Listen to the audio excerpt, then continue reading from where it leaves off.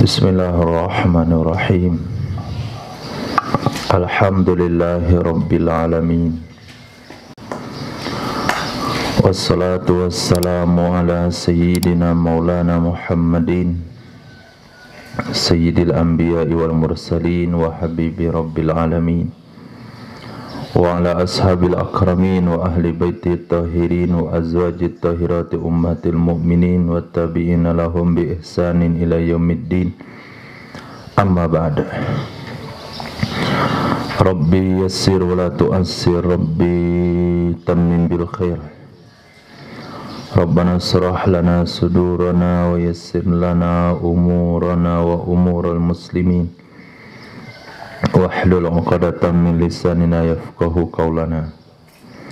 Qala al-mu'allif rahimahullahu ta'ala wa adama nafa'a bi ulumihi wa barakatihi wa nafahatihi wa madatihi wa karamatihi fid darini amin. Walau a'taha az-zakata walau fitrata likafirin aw man bihi rikun walau mub'adan ghairu mukatabin aw hashimiyyin aw muttalibiyyin aw maulan lahuma lam yaqa' fi zakah. Jikalau memberikan ia seseorang akan zakatnya, walaupun itu zakat fitrah, kepada orang kafir atau seseorang yang pada dirinya ada rik, status budak, man bihi rikun, seseorang yang pada dirinya ada status budak, walaupun mub'ad, walaupun ada ia budak mub'ad, selain mukatab. Kalau mukatab itulah yang maksudkan dalam ayat wa fi riqab. Atau dia berikan zakatnya kepada Hashimiyin, keturunan Bani Hashim, Muttalibiyin, keturunan Bani Muttalib, atau maulal lahuma, mantan budak bagi kedua-duanya, lam yaqa' aniz zakah, niscaya tidak jatuh ia yang diberikan sebagai zakat, tidak jatuh ia yang dikeluarkan untuk zakat. Kenapa tidak jatuh? Lianna syartal akhidah, karena sesungguhnya syarat orang yang mengambil zakat adalah Islam. Yang kedua, tamamul hurriyati, sempurna kemerdekaannya. Yang ketiga, adamu kaunihi hashimiyan, tidaklah keadaannya orang mengambil itu Bani Hashim dan juga tidak Bani Muttalib. 3 syarat penerima zakat untuk sementara. Islam, sempurna kemerdekaan, bukan Bani Hashim, bukan Bani Muttalib. Kalau kita baca dan baca lagi, dia sudah balik. Baca dan baca lagi, dia bukan tanggungan orang lain. Kalau kita berikan zakat kepada anak-anak tidak sah, karena belum balik. Walaupun anak itu tidak ada tanggungannya. Kita berikan zakat kepada wanita tidak sah kalau wanita itu punya suami, karena di bawah tanggungan orang lain. Wa in qata'a anhum khusumul khumusul khumus, walaupun sudah terputus dari mereka Bani Hashim dan Bani Muttalib oleh 1/5 dari 1/5. 1/5 dari 1/5 berapa, Bu?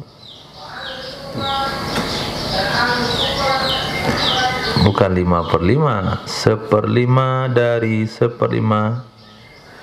1/5 kali 1/5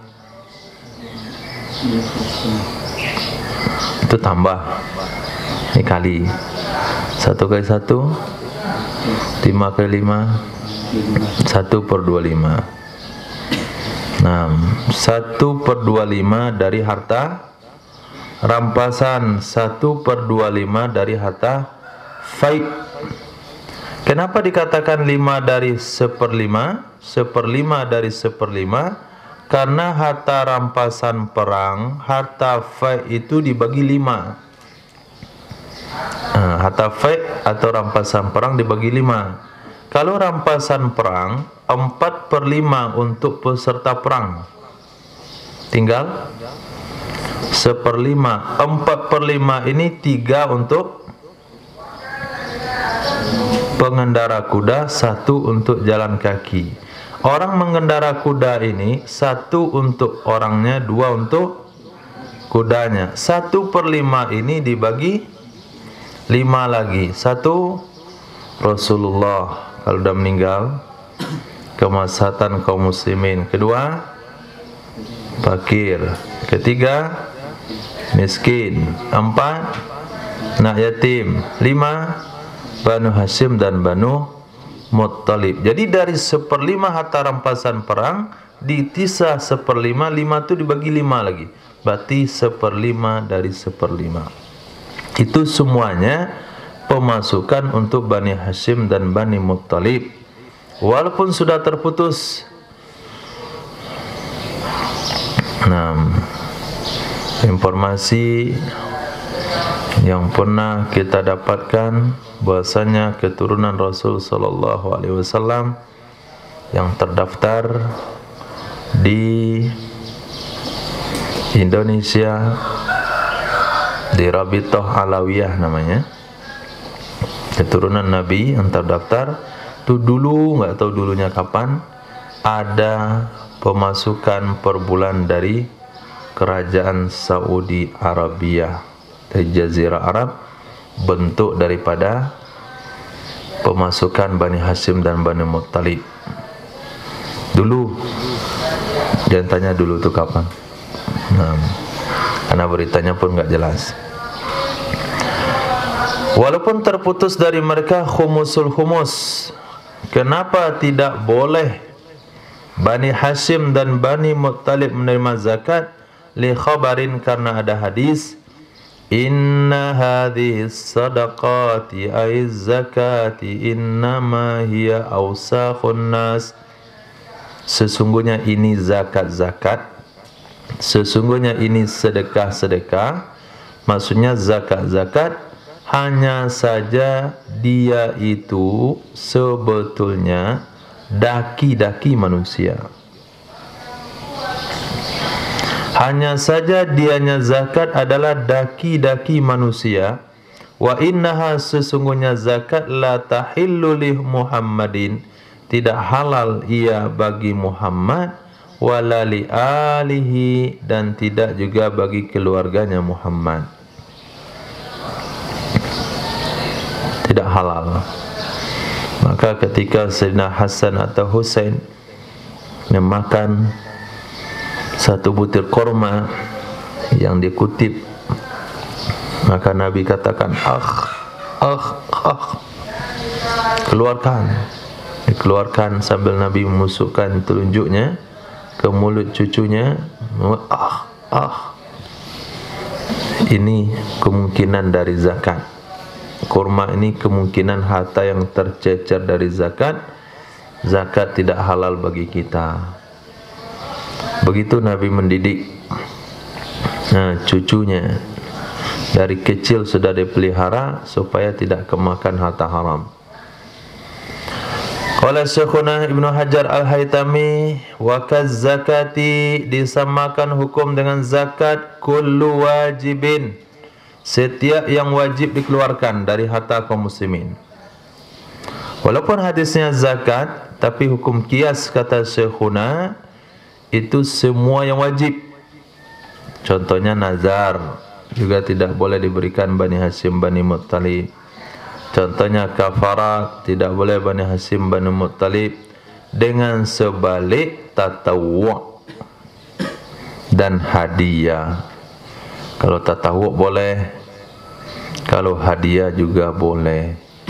Tapi kalau yang sifatnya wajib tidak boleh. Nah, kemarin membayarkan ketika korban diambil, diterima oleh orang kafir sah atau enggak? Jelas jawabannya sudah dapat separuh. Apa itu? Kalau korban wajib tidak boleh diterima oleh orang kafir. Itu satu. Korban sunat, cari lagi. Ketemu di mana? Korban wajib memang enggak boleh, karena setiap yang wajib mesti diterima oleh muslim. Kemudian merdeka. Kemudian bukan Bani Hashim dan Bani Muttalib. Atau dia berikan zakat kepada orang kaya, ghaniyin. Dia berikan zakat kepada orang kaya. Siapa yang dikatakan orang kaya? Wa huwa, dan dianya orang kaya adalah seseorang lahu yang baginya kifayatul umuril ghalib, kecukupan usia yang biasa menurut pendapat ashah, pendapat kuat. Seseorang yang baginya kecukupan usia yang biasa.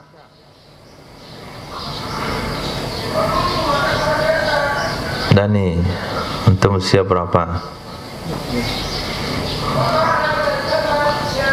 Nenek kemarin meninggal usia berapa? Kakek masih hidup. Usia berapa meninggal? Tak tahu. 95, 23, 95, 23, 76 tahun lagi. Ada uang nggak untuk 76 tahun lagi? Miskin. Islam usia berapa? Kakek meninggal usia berapa? Nenek usia berapa meninggal? 21 kurang 62, 41 tahun lagi. Punya uang untuk 41 tahun? Miskin. Nah, gitulah caranya. Jangan kira ada uang di ATM 20 juta lalu dikasih zakat. Pak, saya dah kaya, Pak. Saya enggak wajib terima zakat. Punya rekening 20 juta. Belum. Kaya itu punya rekening untuk sisa usia. Kan banyak itu. Setahun pengeluaran antum berapa? Abu berapa setahun uang yang antum habiskan? Setahun. Uang makan 450.000. Jadi 4,5 juta tambah 900. 5,400,000. 5,400,000. Uang jajan 300.000 kali 12, 3,600,000 tambah 54 berapa? 7,86. 8,600,000. Genapinlah 10 juta setahun. 10 juta setahun. Ada sabun lagi, ada celana robek lagi, ada baju dalam lagi, ini lagi, macam-macam. 10 juta setahun. Kemudian kalau usia antum 50 tahun lagi, berarti 500 juta. Punya di rekening 500 juta berarti kaya. Kalau punya cuma 50 juta miskin. Alhamdulillah. Berarti untuk mencari orang miskin bagi zakat itu kan gampang. Banyak kan berarti? Bukan berarti dia punya motor kaya, punya mobil kaya. Tanya rekeningmu cukup untuk usia sisa atau tidak, gitu. Itu kalau sendiri. Kalau udah kawin ya, biaya anak, biaya itu semacam semua. Bisa sebulan itu 30 juta. 6 kali 50 1,5 M. Enggak punya, miskin. Jadi kalau punya tabungan, punya anak 3, punya bini 6, punya bini 3 juga misalnya, itu dalam rekening dia ada 500 juta, miskin masih boleh terima zakat. Oke, dari pahami. Pendapat yang kedua, man lahu kifayatus sanah. Ini kalau mau jadi orang kaya cepat. Pendapat yang kedua, seseorang yang baginya ada tabungan, baginya ada kecukupan untuk setahun.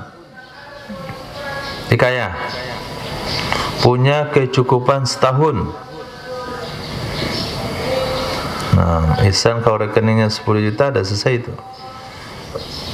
Santri kalau punya tabungan 10 juta kaya. Kenapa 10 juta itu cukup untuk 1 tahun. Ini persi fikih. Kalau versi tasawuf beda.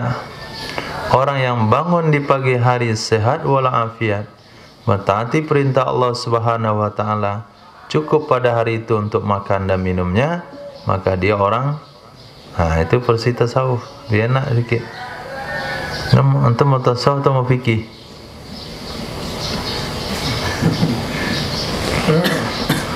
Gak bisa jawab.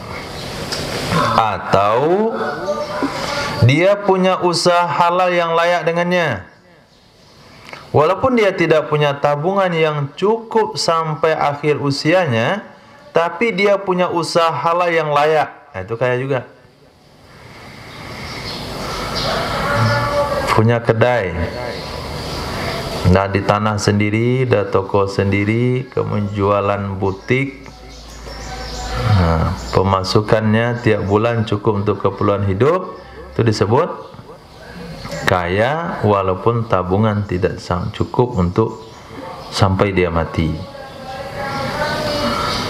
Punya restoran, cabangnya banyak pula lagi, itu dah cukup berarti. Punya toko bangunan, tapi kalau dia punya gerobak gorengan, tergantung juga sih.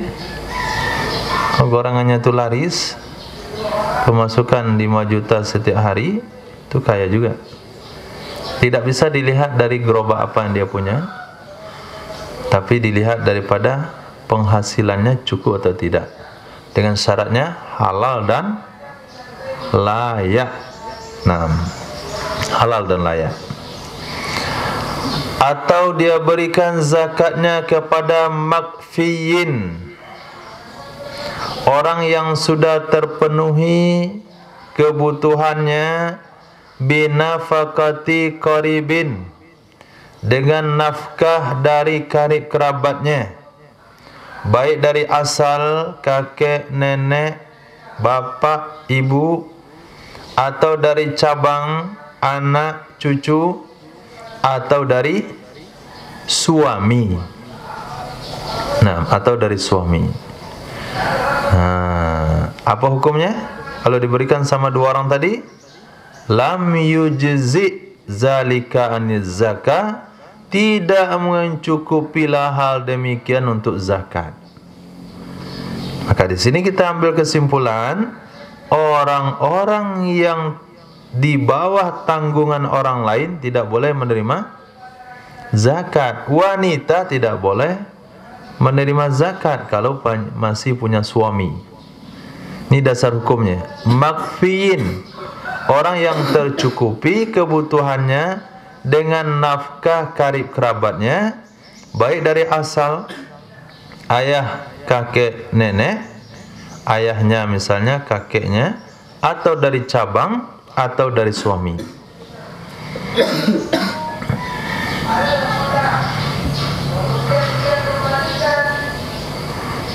Dengan sebalik, al-makfi binafakati mutabarriyah, orang yang tercukupi keperluannya dengan nafkah orang dermawan.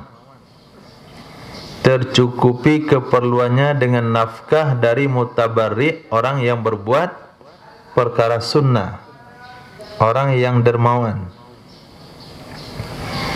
Memang dia tidak punya usaha, ada usaha tapi tidak cukup, tapi hariannya, bulanannya, sepanjang tahun dia nggak ada kekurangan. Kenapa nggak ada kekurangan? Karena ada input dana daripada orang-orang sukarela. Tapi bukan karib kerabat, bukan ayah, bukan kakek, bukan anak, bukan cucu, bukan suami. Maka itu tidak dianggap kaya. Tidak dianggap kaya.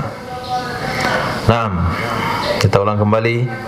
Jikalau seseorang memberikan zakat kepada orang kaya atau kepada orang yang tercukupi keperluannya dan nafkah karib kerabat, lam yujzi zalika aniz zakat. Tidak cukuplah hal demikian untuk zakat. Wala tata'adda bidzalik, dan tidak tertunai ia zakat dengan demikian. In kana dafi'ul malik wa in zanna istihqaqahum. Jika adalah yang menyerahkan itu adalah pemiliknya zakat, walaupun dia menduga berhaknya mereka, walaupun ia menduga berhaknya mereka penerima zakat. Jadi menurut dugaan dia orang ini berhak, karena dilihat orang ini sangat-sangat sederhana, kemana-mana pakai kap 70 dia, baju itu hampir setiap hari itu aja. Kemudian kalau makan itu setengah di kedai nasi, dia minta nasi 2 lauk 1, itu mana setengah. Ketika bayar mana caranya? Bu, nasi 2 lauk 1. Kalau kepala kambing cukup lah 1 lauk 4 nasi. Ini kepala ikan 1 lauk 2 nasi. Orang perhatikan hidup sederhana sekali. Kalau jajan itu kalau gorengan itu 1,5, paling banyak 2, nggak lagi dia nambah. Minum di kedai kopi susu sekarek aja. Kalau dia perokok pun sekaret yang merokok. Sebatang tu sehari habis 1. Udah 3 kali isap matiin telinga. Jadi orang menganggap dia miskin.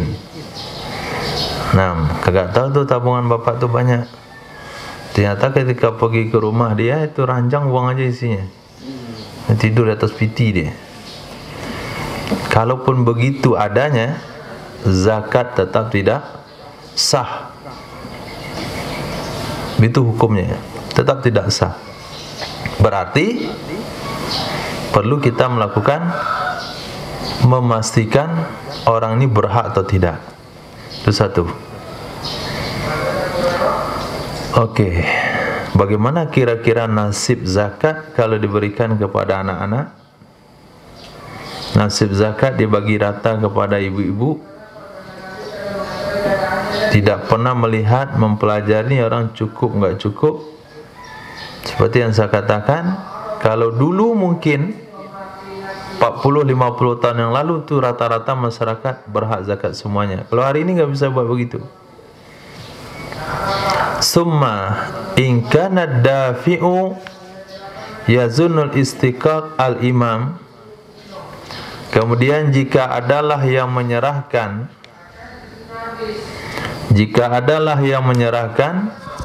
yang menganggap berhaknya orang tersebut itu adalah imam, bukan pemilik yang menyerahkan, pemimpin, pengelola zakat yang menyerahkan kepada seseorang, dianggap orang itu berhak padahal tidak berhak, bari al-malik, bebas si pemilik.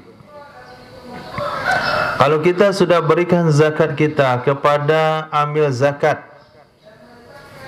dengan niat zakat, selepas itu amil zakat menyerahkan bukan kepada orang berhak, maka pada saat itu pemilik bebas.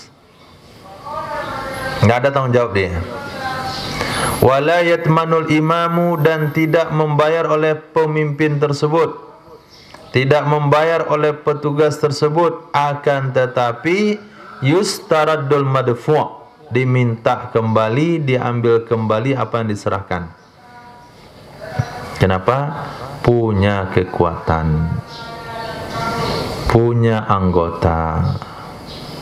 Wa mastaraddahu sarafahu lil mustahiqin, apa-apa saja yang telah dia tarik akannya, apa saja yang telah dia tarik akannya dari orang-orang yang dianggap berhak ternyata tidak, sarafahu, maka dia mempergunakannya kembali kepada mustahiqin, orang-orang yang berhak zakat.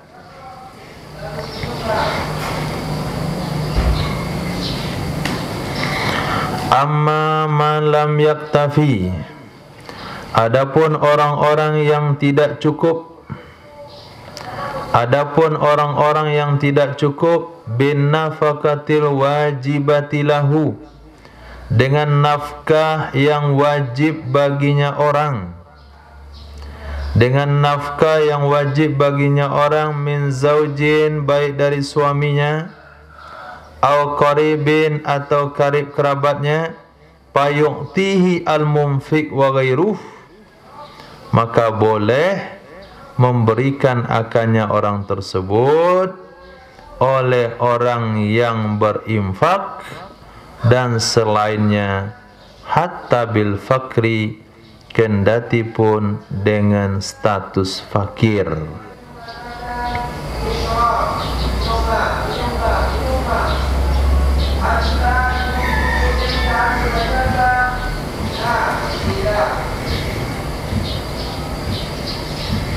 Nah, orang-orang yang tidak terpenuhi keperluannya, memang dia punya suami, tapi kebutuhan keperluan ibu tersebut tidak cukup dengan nafkah yang diberi oleh suaminya.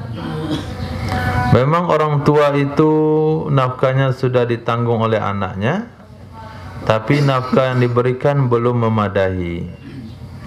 Walaupun anak itu sudah balik nih, dan nafkahnya masih di bawah tanggungan orang tuanya, tapi belum cukup.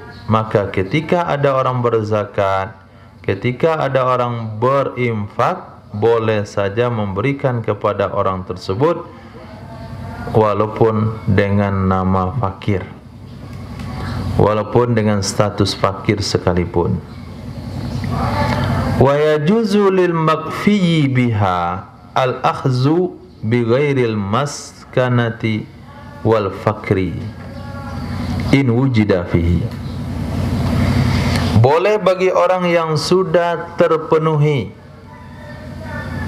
boleh bagi orang yang sudah tercukupi keperluan hidupnya, biha, dengannya nafkah karib kerabat, al-akhzu, mengambil, artinya mengambil zakat yang diberikan kepadanya dengan selain status miskin dan fakir. In wujida fihi, jika ditemukan status tersebut pada dirinya. Hatta, kendati pun, mimman, dari orang-orang, talzamuhu nafaqatuh, yang wajib akannya orang tersebut menafkahi orang itu, yang wajib akannya orang tersebut menafkahi orang itu, arti orang yang terpenuhi nafkahnya tadi. Misal seorang istri sudah cukup nafkahnya dari suaminya, boleh nggak ngambil zakat? Boleh dia nerima zakat? Hah? Boleh? Tidak. Saya baca lagi kitabnya. Wa yajuzu lil makfiyyi biha al-akhzu, boleh bagi orang yang tercukupi keperluannya dengannya nafkah karib, status miskin dan fakir. Kalau status miskin dan fakir nggak boleh, karena dia dianggap kaya, karena kebutuhan hidupnya tercukupi. Tapi kalau dengan selain miskin dan fakir boleh. Misal istrinya mu'alaf, misal istrinya berhutang, misal istrinya mau pergi jihad,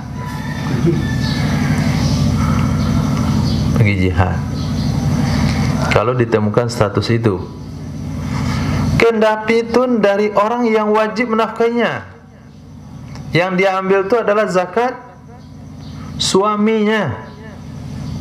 Suami kasih zakat ke istri, boleh nggak? Boleh kalau dengan selain status fakir atau miskin. Nah,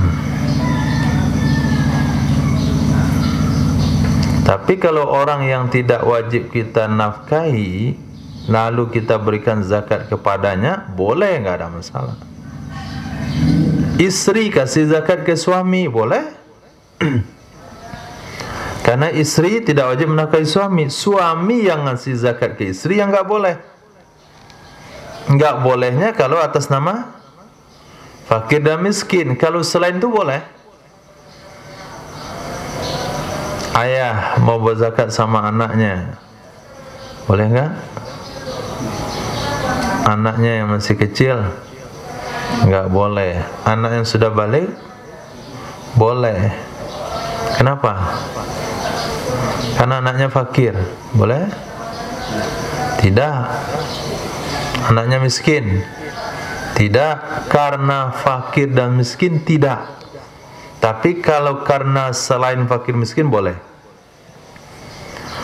Nah, jadi dia berikan zakatnya, seorang ayah memberikan zakatnya kepada anaknya karena anaknya akan gunakan untuk ongkos ke pondok. Boleh? Jadi kan gampang sebetulnya. Zakat bapak, zakat adik-adik, zakat emak, zakat kakek nenek, kumpulin semuanya. Nah, lepas tu kasih sama santri yang mau berangkat mondok. Boleh kan? Tapi bukan status fakir miskin. Statusnya adalah ibnu sabil. Gak ada masalah.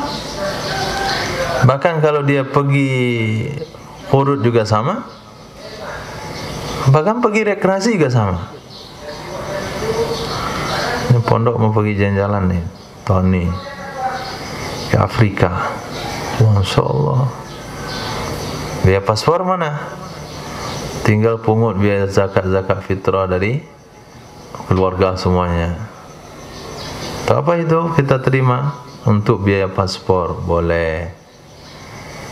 Nah, namanya ibnu sabil.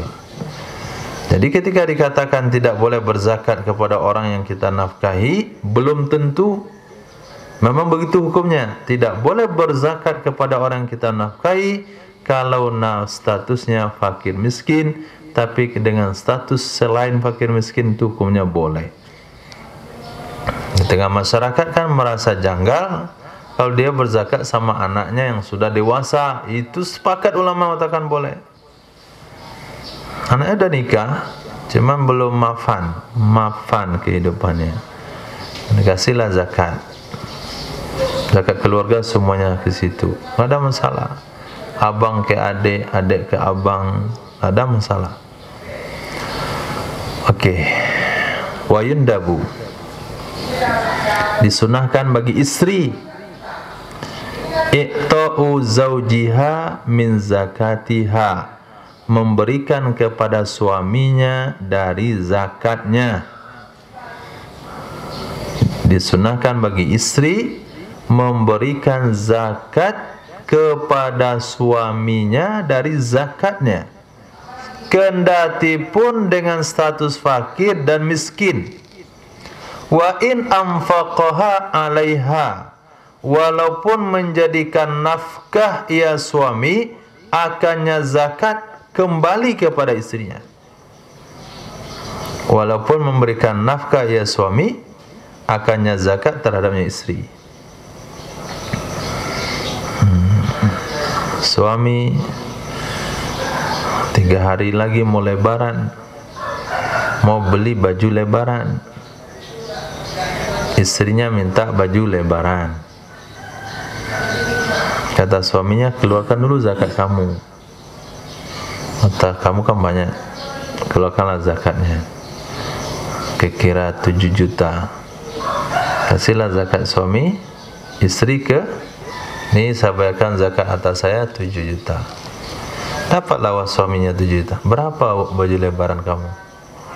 2 juta nih, 2 juta. Sah? Kenapa? Karena istri tidak wajib memberi nafkah pada suami. Jadi suami hidupnya begitu aja, nunggu zakat istrinya. Enak juga itu. Istrinya mau kondangan, tak uang. Cicil dulu zakat tahun depan 200.000. Catat buku, udah keluarkan. Dan nih 150 untuk rokok. Ya Karim. Dalilnya apa, Rifki?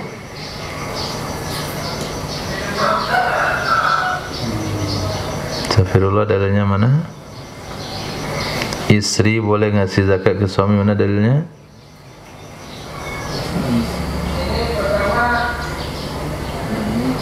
Mana dalilnya?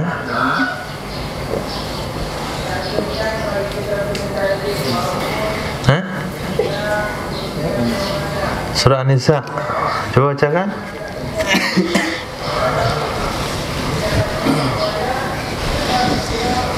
Surah An-Nisa di mana itu ya? Di mana itu? Ismail, mana dalilnya?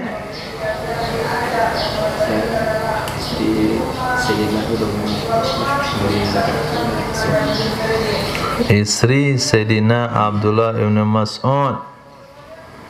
Bang tanya sama Rasulullah, mungkin saya bisa ngasih zakat ke kamu. Istri kaya tapi soleha, tetap menghargai suami. Tapi kalau kaya nggak soleha, suami ditendang. Syaratnya soleha, kaya boleh tapi soleha. Kemudian kata Sayyidina Abdullah bin Mas'ud, kamu saja yang tanya. Istri pula yang datang nanya, itu kan hormat tuh berarti. Kamu kalau perlu uang tanya ke enggak. Nah, itu istri yang kacau itu berarti. Ini dia kaya tapi tetap tanya sama Rasulullah. Datang bersama satu wanita Ansor, bertemu dengan Sina Bilal bin Rabah. Kemudian Nabi katakan, bagi dia 2 pahala. 1 zakat, 2 silaturahim. Naam.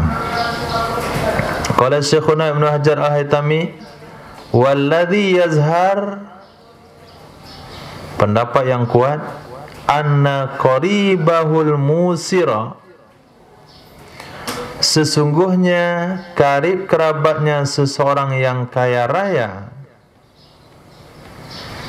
sesungguhnya karib kerabatnya seseorang yang kaya raya, lawim tana'a minal infaqi alaih, jikalau dia enggan dari memberi nafkah terhadapnya seseorang,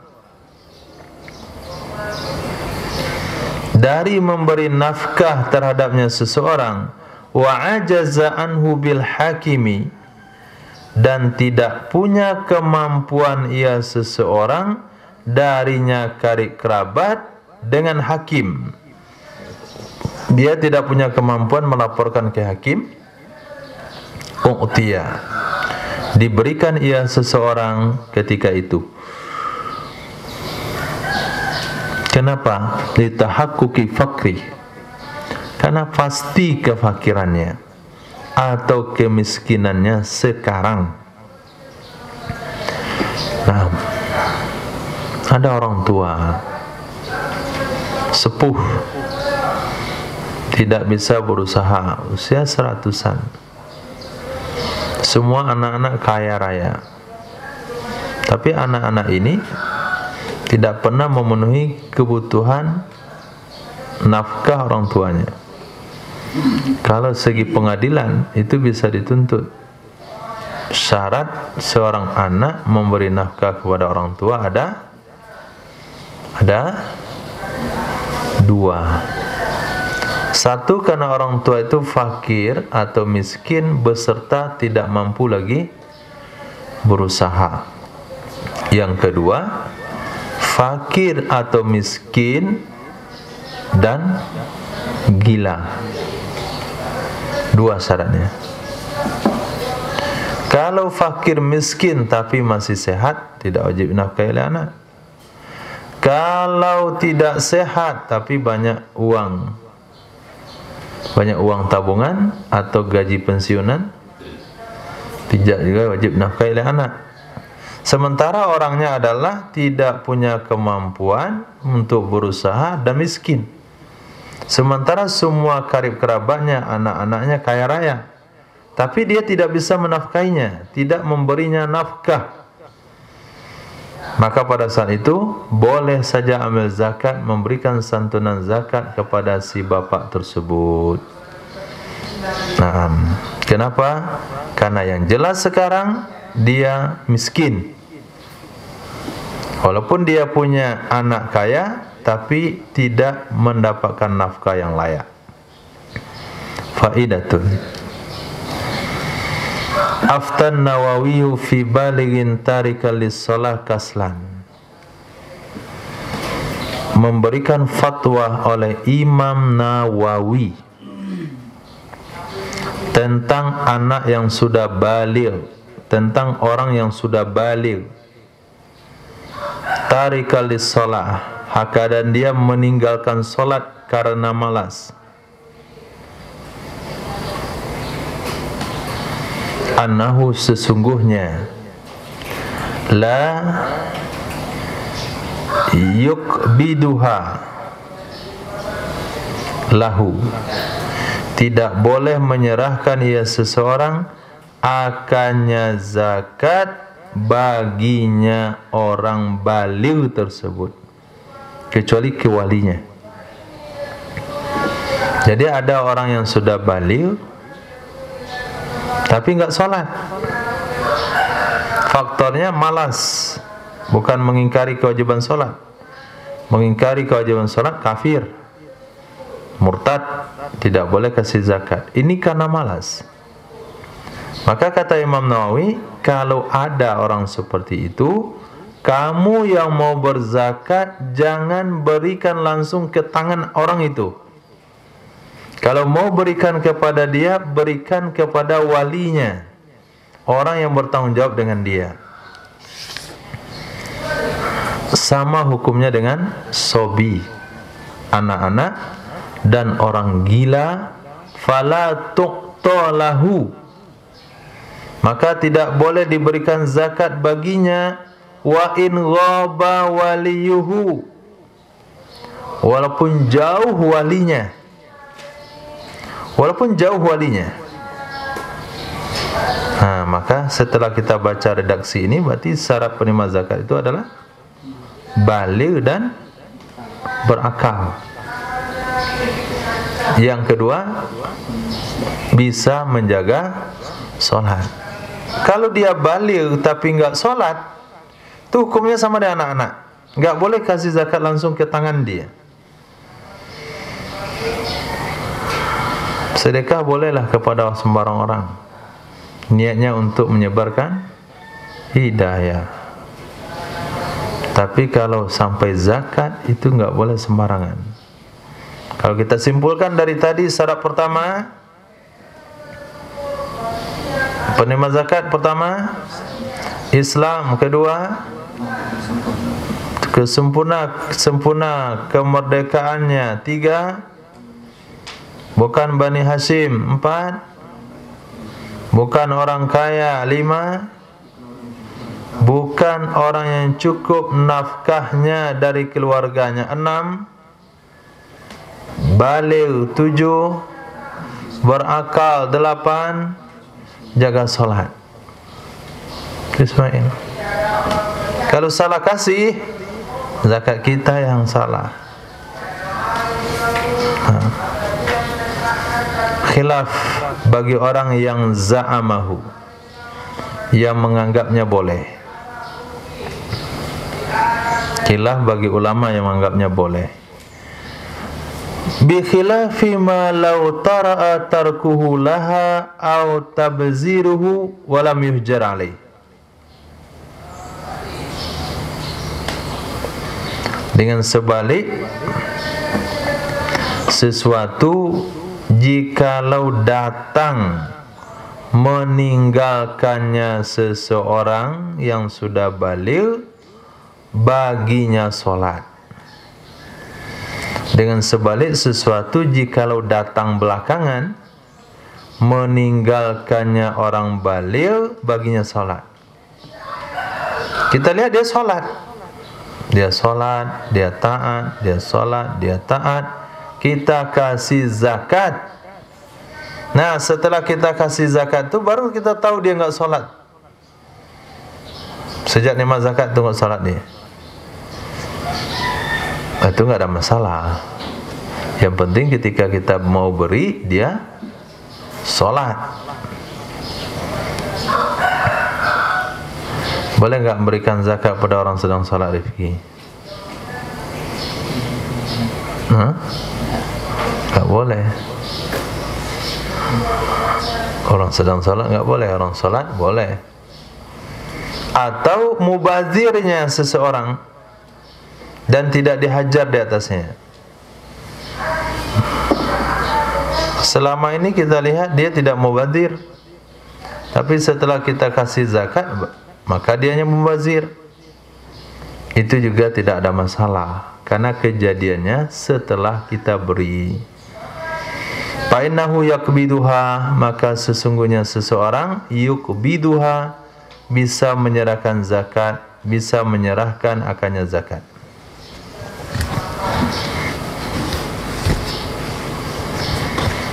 Wa yajuzu daf'uha li fasikin, boleh menyerahkan zakat kepada orang fasik. Tadi katanya orang enggak salat enggak boleh, kecuali enggak sholat, kecuali fasiknya enggak sholat. Kalau fasik yang lain boleh, dia sholat tapi nyuri, fasik enggak? Fasik. Nah, itu maknanya. Kalau fasik karena enggak sholat itu sudah ada pembahasan khususnya. Ini selain sholat. Boleh menyerahkan zakat bagi si fasik, kecuali in ulima, jika diketahui, bahwa diketahui annahu, sesungguhnya fasik, yasta'inu biha ala maksiatin, akan mempergunakan dengannya zakat untuk maksiat. Dia akan menyokong, yasta'inu kan artinya minta tolong, maksudnya dia akan menyokong, mempergunakan dengannya zakat untuk maksiatnya. Kalau sekiranya kita tahu dengan mana yakin ini bukan praduga, hukumnya haram walaupun mencukupi. Sah zakat kita, tapi hukumnya haram.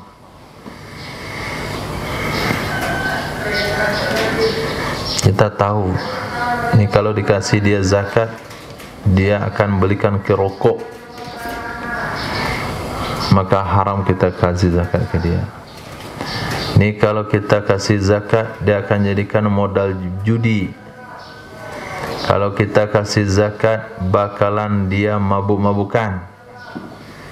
Pada saat itu, haram hukumnya memberikan zakat kepada orang tersebut, walaupun zakat kita sah. Tutimmatun fi qismatil ghanimah. Kesempurnaan pembahasan dalam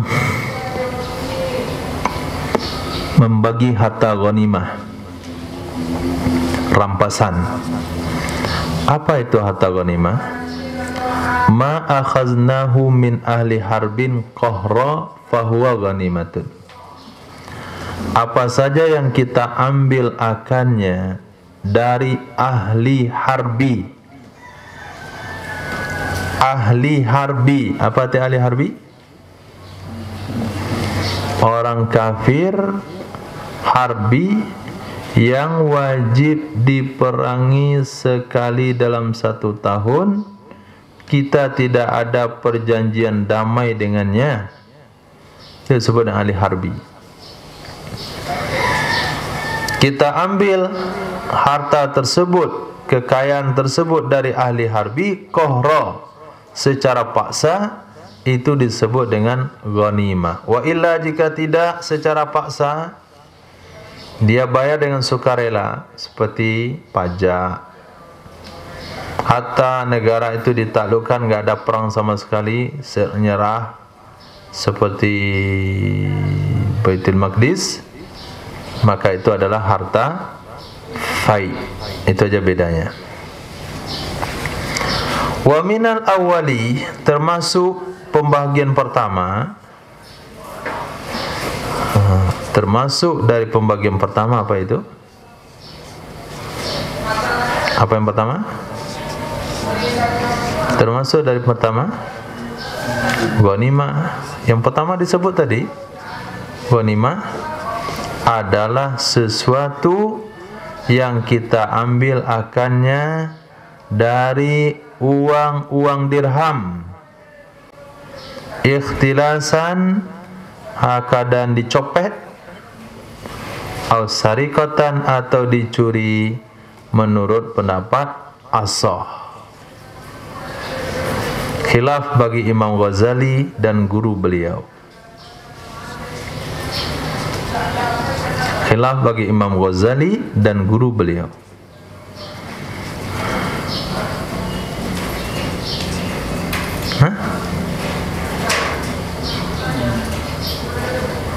Khilafan lil Ghazali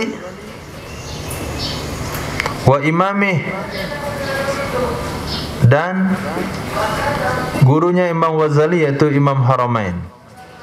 Oke. Khilaf bagi Imam Ghazali dan gurunya Imam Ghazali yaitu Imam Haramain, haitsu qala, seketika berkata kedua-duanya, innahu, sesungguhnya uang yang dicopet, uang yang dicuri, itu khusus dengan orang yang ngambil tanpa dibagi 5. Wada Ibnu Rifa' al-ijma' alaih. Coba antum bayangin tuh. Mengatakan oleh Imam Ibnu Rif'ah, ijma' ulama atasnya pendapat Imam Ghazali dan Imam Haramain. Sepakat ulama, ijma' ulama, enggak dibagi 5, ambil sendiri. Apa kita buat pergerakan ni? Wa minas sani, termasuk yang kedua, mana yang kedua? Fai, yaitu jizyah, pajak. Usru tijaratin, 1/10 daripada harta perdagangan. Ya, orang-orang kafir zimmi tinggal di negara Islam tu kena pajak perdagangan 1/10. Kemudian tarikah murtad, harta peninggalan orang murtad. Titik. Sekarang kita mau mempelajari cara membagi harta ghanimah. Wa yubda'u fil ghanimati bis salabi lil qatilil muslim. Dimulai pembahagian pada harta ghanimah dengan salab bagi yang membunuh yang muslim tanpa dibagi 5. Okey? Salab itu akan kita berikan kepada orang yang membunuh kalau dia muslim tanpa dibagi 5. Apa itu salab? Salab itu adalah malbus, yang dipakai oleh yang dibunuh.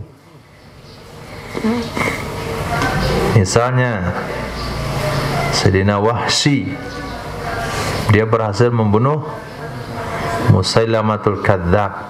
Nah, pakaiannya Musailamah itu enggak masuk harta ghanimah. Itu khusus miliknya Sayyidina Wahsy. Kenapa? Karena malbus, pakaian yang dipakai oleh orang yang dibunuh akan menjadi hak jadi yang membunuhnya.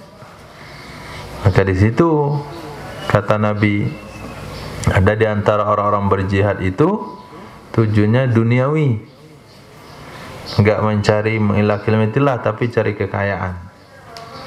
Dia membunuh bukan orang-orang kroco-kroconya. Lihat dia, mana yang kaya ini, panglimanya dicari, tes mati, kasih tanda dia itu 212 dahinya. Saya nyantai dia dah. Satu panglima, satu wakil, satu pimpinan barisan. Nah, satu yang kaya, yang bawa kuda tu, di belakangnya ada onta dan muatannya. Itu korbannya, pakaiannya, kudanya, senjatanya, onta yang membuntuti itu hak dia semuanya. 5 orang aja dibunuh, betul nyantai dia. Saya dah banyak dapat kok. Nah itu namanya salab. Memang begitu hukumnya. Itu ya silahu, senjatanya. 3 markubuhu, kendaraannya. 3 siwar, gelang tangannya. Mintaqatun, ikat pinggangnya. Khatamun, cincinnya. Taukun, kalungnya.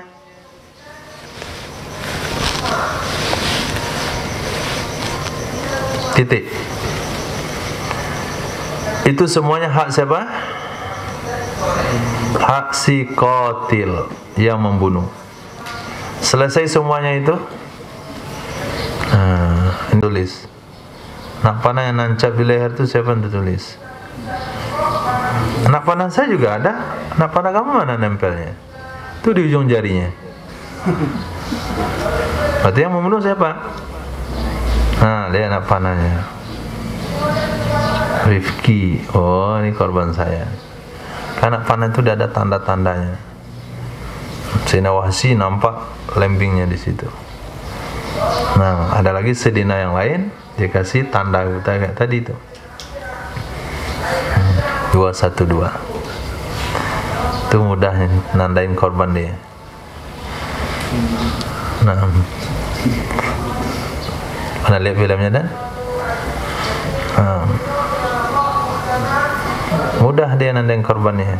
Sada 212 itu punya dia. 6. Yang kedua, selesai itu dibahas semuanya. Kemudian mu'un. Maaf sebelum kita lanjutkan, itu bisa menjadi hak sebelum perang berkecamuk. Kalau sudah berkecamuk nggak ada lagi. Kalau begitu nggak ada harta ghanimah. Setiap orang membunuh dia berhak. Nggak ada harta ghanimah berarti. Ini sebelum berkecamuk perang. Artinya adu tanding. Nah, selepas itu baru dimulai dengan mu'un, biaya-biaya.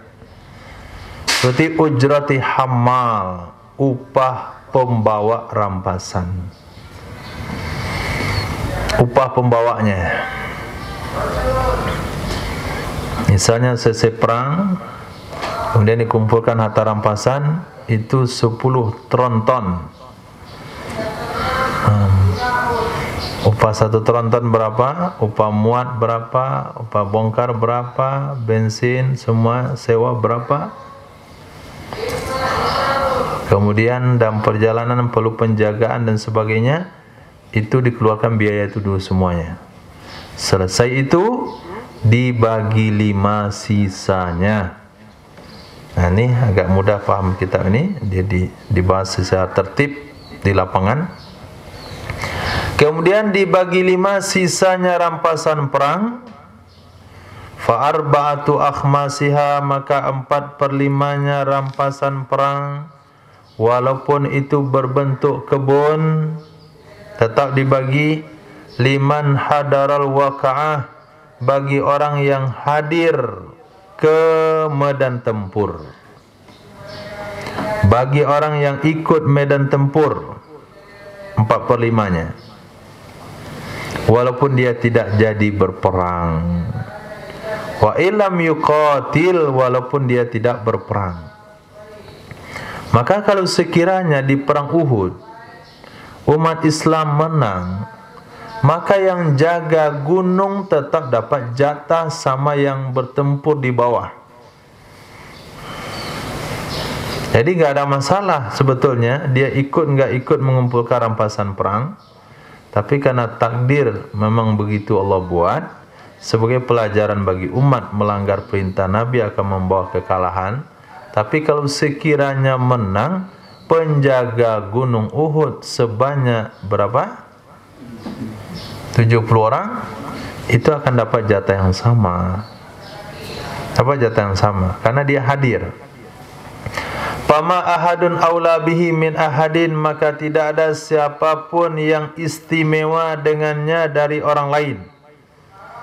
Tidak ada siapapun yang lebih istimewa dengannya dari orang lain. Gak ada hak istimewa di situ. Oh, barisan terdepan dapat sekian, barisan belakang dapat sekian, yang berlumuran darah pedangnya sekian, yang gak berlumuran sekian, yang jago sekian, yang gak jago sekian. Gak ada perbedaan, semuanya dapat. Tidak bagi orang yang menyusul mereka setelah selesainya perang. La liman lahiqahum ba'da inqidaiha. Tidak bagi orang yang menyusul mereka setelah selesainya perang, walaupun sebelum dibagi harta. Maaf, walaupun sebelum dikumpulkan harta. Datang pasukan bantuan, kuda dia.